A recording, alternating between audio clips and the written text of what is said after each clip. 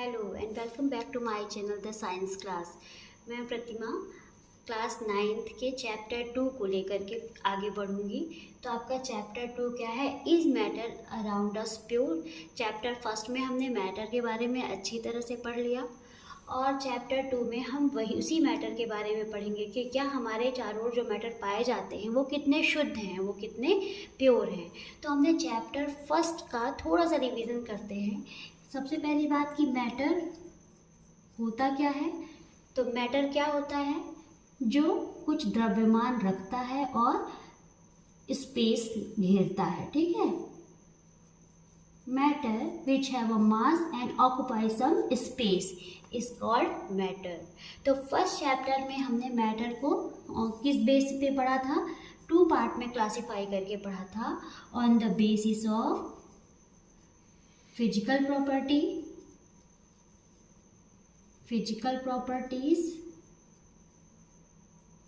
and on the basis of chemical properties। तो मैंने वही बताया था आपको कि फिजिकल प्रॉपर्टीज को हम पढ़ेंगे चैप्टर फर्स्ट में एंड केमिकल प्रॉपर्टीज को हम पढ़ेंगे चैप्टर सेकेंड में।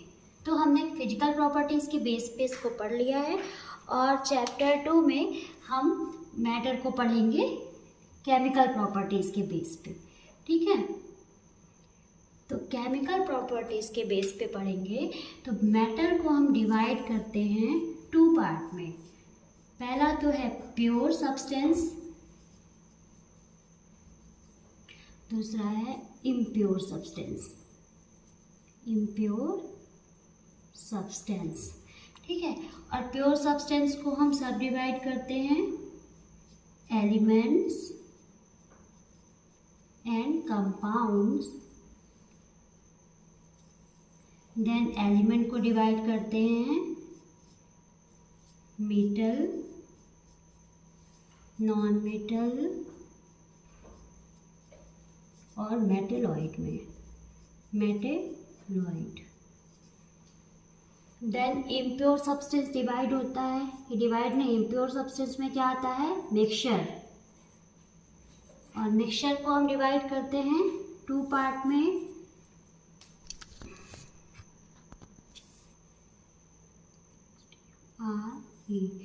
Homogeneous and heterogeneous.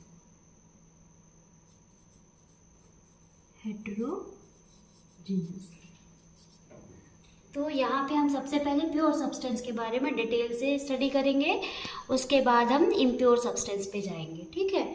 तो सबसे पहले हम प्योर सब्सटेंस की बात करते हैं। तो प्योर मीन्स क्या होता है? प्योर मीन्स हमारे और आपके, जब तक हम इस चैप्टर को पूरी तरह से नहीं कंप्लीट कर लेते तो प्योर मीन्स क्या होता है हमारे और आपके लिए? प्योर मीन्स जिसमें कोई भी मिलावट ना हो, है ना। तो प्योर मीन्स क्या हो? जिसमें कोई भी मिलावट ना हो।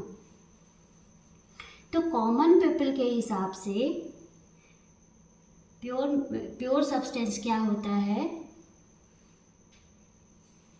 कॉमन पीपल के हिसाब से प्योर सब्सटेंस क्या होता है?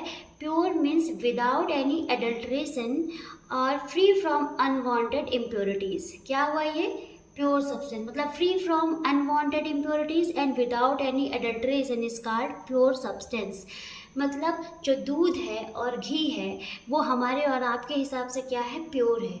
क्योंकि हम क्या बोलते हैं जनरल में, हमारी मम्मी या घर में, कि हम शुद्ध दूध पीते हैं तो हम हेल्दी हो जाएंगे, या हम घी के पराठे खाते हैं तो हम बहुत स्ट्रांग हो जाएंगे, शुद्ध घी के पराठे खाते हैं तो वो हमारे हिसाब से क्या हो रहा है? प्योर हो रहा है। लेकिन जैसे ही दूध में कोई मक्खी गिर जाती है तो वो इम्प्योर हो गया, और घी में कोई कंकड़ मिल जाते हैं तो वो इम्प्योर हो गया, ठीक है। तो क्या कह रहे हैं कि क्या कह रहे हैं कि ये इम्प्योर है, और प्योर मीन्स शुद्ध घी या दूध या इस टाइप के जो भी पदार्थ है वो हमारे हिसाब से प्योर है। लेकिन आप क्या हैं? आप तो साइंटिस्ट हैं। आप और हम साइंटिस्ट हैं क्योंकि हम साइंस के स्टूडेंट हैं, हम साइंस पढ़ रहे हैं। और तो साइंस क्या कहती है कि ये सब क्या है? मिक्सचर ऑफ कंपोनेंट्स हैं, ठीक है। ये बहुत सारे मिक्सचर के कंपोनेंट्स हैं। तो अगर हम साइंटिस्ट या साइंस के बेस पे प्योर सब्सटेंस पढ़ते हैं कि प्योर सब्सटेंस क्या है, तो pure substance is made up of only one kind of particles, ठीक है, made up of only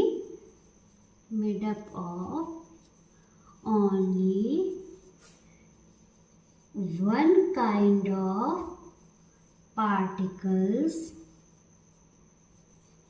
is known as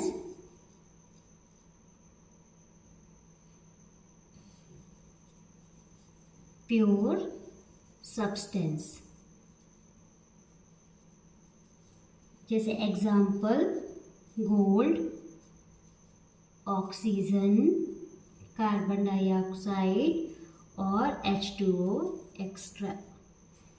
तो गोल्ड कैसे इम्प्योर हो गया, सॉरी गोल्ड कैसे प्योर सब्सटेंस हो गया, क्योंकि गोल्ड में गोल्ड ही है हर जगह, गोल्ड गोल्ड गोल्ड गोल्ड कहीं भी देखेंगे बस गोल्ड ही है। और ऑक्सीजन में ऑक्सीजन ही ऑक्सीजन है, कार्बन डाइऑक्साइड में कार्बन डाइऑक्साइड ही ऑक्साइड है, और पानी में हर जगह H2O पानी H2O ही है। तो ये क्या कहलाते हैं, प्योर सब्सटेंस कहलाते हैं, ठीक है। प्योर सब्सटेंस मीन्स देखिए क्या है, प्योर सब्सटेंस मैटर जो है वो पार्टिकल से मिल करके बने हुए होते हैं, ठीक है। तो जब एक ही तरह के पार्टिकल्स होते हैं जिसमें एक ही टाइप के पार्टिकल्स पाए जाते हैं वो क्या कहलाते हैं, प्योर सब्सटेंस कहलाते हैं। तो जो हमारी ये एग्जाम्पल हैं ऑक्सीजन, इसमें और तो कुछ नहीं दिख रहा है ना, पानी में H2O ही दिख रहा है, और कार्बन डाइऑक्साइड में भी यही। तो ये क्या कहलाते हैं, प्योर सब्सटेंस कहलाते हैं। तो अब हम कैरेक्टरिस्टिक्स ऑफ प्योर सब्सटेंस पढ़ेंगे। Characteristics of pure substance. First है तो फर्स्ट कैरेक्टर है a pure substance is homogeneous in nature, ठीक है। तो होमोजेनस का मतलब क्या है, यूनिफॉर्म कंपोजिशन,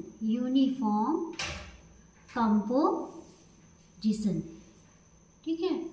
तो a pure substance is homogeneous in nature, मतलब होमोजेनस नेचर होता है। मीन्स अगर हम 2 ग्लास पानी लेते हैं, एक ग्लास में हम नमक डालते हैं और एक ग्लास में हम रेत डालते हैं, तो जो नमक वाले ग्लास है उसमें पानी का जो ग्लास है उसमें नमक पूरी तरह से घुल जाता है, जिसमें आप नमक को सेपरेट, नमक के पार्टिकल्स को सेपरेट नहीं कर रहे हैं, वो पूरी तरह से एक जैसा दिख रहा है, उसमें कुछ भी नहीं दिख रहा सेपरेशन के लिए। तो ऐसा मिक्सचर क्या कहलाता है, होमोजेनस, जिसमें नमक पूरी तरह से घुल चुका है। लेकिन जिस ग्लास में हम पानी के ग्लास में रेत डाल रहे हैं तो उसमें रेत के पार्टिकल्स जो हैं वो अलग अलग दिख रहे हैं, मतलब वो हेट्रोजेनस मिक्सचर कहलाया। तो अपन ये होमोजेनस और हेट्रोजेनस तो बाद में पढ़ेंगे, लेकिन जो प्योर सब्सटेंस की प्रॉपर्टी है, जो नेचर है, वो कैसा होता है, होमोजेनस होता है। मीन्स उसमें अगर नमक घुल भी गया है तो हमको वो एक जैसा दिखेगा, उसके पार्टिकल्स को हम सेपरेट नहीं कर रहे हैं, नहीं कर सकते हैं। सेकंड कैरेक्टर है a pure substance is definite set of properties, मतलब उनका एक डेफिनेट सेट होता है। एग्जाम्पल जैसे हम इसका ले लेते हैं, गोल्ड है ना, तो गोल्ड की क्या बनती है, ज्वेलरीज बनती हैं, कंगन बनते हैं, नेकलेस बनता है, ईयररिंग बनती है, सिक्के बनते हैं। तो इतनी सारी चीज़ों के बनने के बाद भी गोल्ड का जो होता है वो एक डेफिनेट सेट होता है, वो चेंज नहीं होता है, ठीक है।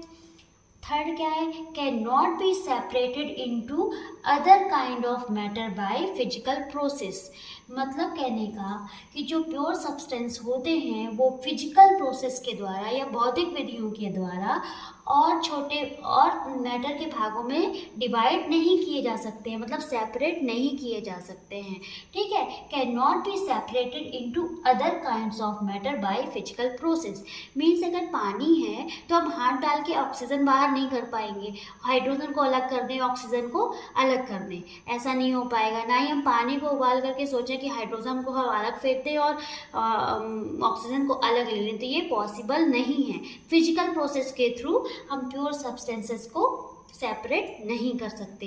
तो ये है कैरेक्टरिस्टिक्स। तो अगर यहाँ तक प्योर सब्सटेंस के बारे में आपको अच्छे से समझ में आ गया हो तो अब हम आगे पढ़ते हैं।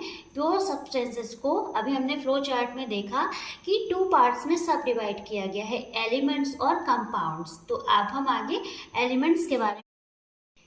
Elements Depending on their chemical composition, pure substance can be classified as elements and compounds. ठीक है, तो एलिमेंट क्या है?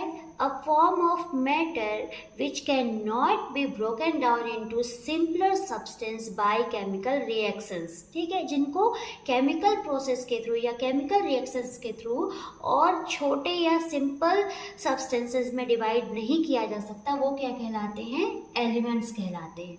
ठीक, जैसे हम यहाँ देख रहे हैं कि हमारे पास कुछ गोल्ड कॉइन दिए हुए हैं, गोल्ड के कुछ सिक्के दिए हुए हैं, तब इसको हम बहुत इजीली एग्जांपल से यहाँ पे समझ लेंगे कि प्योर सब्सटेंस एलिमेंट्स और कंपाउंड्स में डिवाइडेड है। तो एलिमेंट्स और कंपाउंड में बेसिक डिफरेंस क्या है?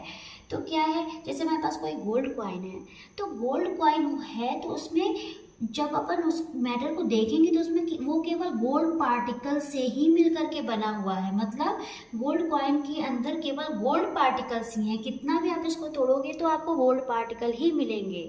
लेकिन कंपाउंड जो होते हैं, जैसे वाटर हो गया, पानी हो गया, क्या है इसका? H2 हाइड्रोजन और ऑक्सीजन से मिलकर के बना हुआ है। मीन्स पानी हाइड्रोजन और ऑक्सीजन से, अगर हम इसको ब्रेक करते हैं पानी को केमिकल प्रोसेस के थ्रू, तो हमको क्या मिलता है? हाइड्रोजन और ऑक्सीजन। तो कहने का मतलब क्या है कि कंपाउंड्स जो होते हैं वो दो कंपोनेंट से मिलकर के बने हुए हैं, दो पार्टिकल से मिलकर के बने हुए हैं, और जो एलिमेंट होते हैं वो एक ही टाइप के पार्टिकल से मिलकर के बने हुए होते हैं। तो ये प्योर सब्सटेंस ही, जो H2O है वो प्योर सब्सटेंस ही है, लेकिन ये क्या है? हाइड्रोजन और ऑक्सीजन से मिलकर के बना हुआ है, दो पार्टिकल से मिलकर के बना हुआ है। इसको डिवाइड करने पे ये हाइड्रोजन और ऑक्सीजन में डिवाइड हो जाएगा। तो कुछ तो है जिसको हम अभी आगे पढ़ेंगे। ठीक है, तो क्या हम H2O को एलिमेंट में कंसीडर कर सकते हैं? क्या जो पानी है वो एलिमेंट है? तो वो एलिमेंट बिल्कुल नहीं है। उसको हम कैसे समझ सकते हैं कि अगर एलिमेंट क्या होता है कि हमें उसको किसी भी केमिकल रिएक्शंस के थ्रू छोटे सब्सटेंसेस में मैटर में डिवाइड नहीं कर सकते या तोड़ नहीं सकते हैं। लेकिन वाटर जो है, अगर हम उसमें केमिकल रिएक्शन कराते हैं, कौन सी केमिकल रिएक्शन होगी? जी हाँ, इलेक्ट्रोलिसिस होगी, इलेक्ट्रोलिसिस। ठीक है, केमिकल रिएक्शन कराते हैं तो वो हाइड्रोजन और ऑक्सीजन में क्या होता है? टूट जाता है, ब्रेक हो जाता है। और एलिमेंट क्या कहता है कि एलिमेंट किसी भी केमिकल रिएक्शंस के थ्रू क्या होता है? डिवाइड नहीं हो सकता या टूट नहीं सकता, ब्रेक नहीं हो सकता है। ठीक है, तो ये क्या है? पानी कभी भी एलिमेंट नहीं है तो ये प्योर सब्सटेंस, बट है क्या? कंपाउंड है। तो कंपाउंड भी हम डिटेल में पढ़ेंगे। तो उसके पहले हमने जो फ्लो चार्ट बनाया था उसमें हमने प्योर सब्सटेंस पढ़े, प्योर सब्सटेंस क्या होते हैं वो पढ़े, फिर प्योर सब्सटेंस को हमने क्या डिवाइड किया? एलिमेंट और कंपाउंड में डिवाइड किया। तो एलिमेंट्स के बारे में हमने पढ़ लिया कि एलिमेंट होते क्या हैं। अब एलिमेंट जो है वो भी 3 भागों में डिवाइड करते हैं एलिमेंट को। ठीक है, metal, non metal and metalloid. तो मेटल, नॉन मेटल तो हम छोटी क्लासेस से पढ़ते आ रहे हैं, है ना। तो चलिए थोड़ा सा एक क्विक रिवीजन करेंगे कि मेटल क्या होता है, नॉन मेटल क्या होता है और मेटलॉइड क्या होता है। तो इसके क्विक रिवीजन से पहले हम ये जानते हैं कि जो एलिमेंट होता है वो भी है तो मैटर ही, है ना। और मैटर की कितनी स्टेट होती हैं? 3 स्टेट होती है, सॉलिड, लिक्विड और गैस। तो उस बेस पे एलिमेंट की भी 3 स्टेट होंगी, सॉलिड, लिक्विड एंड गैस। तो सॉलिड में अपन क्या रख सकते हैं? गोल्ड, सिल्वर, है ना, एक्सेट्रा। और मरकरी और ब्रोमीन लिक्विड में, ब्रोमीन एंड मरकरी। तो यहाँ पे ध्यान देने की बात क्या है कि ये 2 केवल ऐसे तत्व हैं, ब्रोमीन और मरकरी ही केवल 2 ऐसे तत्व हैं जो रूम टेम्परेचर पे भी लिक्विड फॉर्म पे होते हैं।